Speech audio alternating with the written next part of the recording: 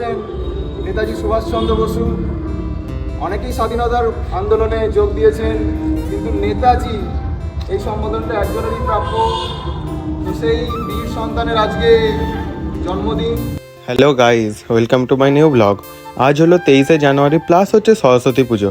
আর সরস্বতী পুজোর জন্য আমি কনফিউজ হয়ে গেছিলাম যে কোন পাঞ্জাবিটা আমি পরে বেরোবো। আর এই সব চারটে পাঞ্জাবির মধ্যে আমি চয়েস করে নিলাম এই পাঞ্জাবিটা। ফটাফট ব্লু পাঞ্জাবিটা পরে রেডি হয়ে নিলাম, কারণ আমাদের বাড়িতেও পুজো আছে আর যাবো আজকে হচ্ছে স্কুলে। তারপর ফটাফট রেডি হয়ে চলে এলাম পুষ্পাঞ্জলি দিতে। আর এই যে প্যান্ডেলটা দেখতে পাচ্ছ, এটা হচ্ছে 11th স্টুডেন্ট, ওরাই সব নিজেদেরই দায়িত্ব নিয়ে করেছে এটা। তারপর আমি আর আমার বন্ধু সব থেকে একটা নাম করা জায়গায় বেরিয়ে গেলাম, সেটা হচ্ছে খোরপ আশ্রম।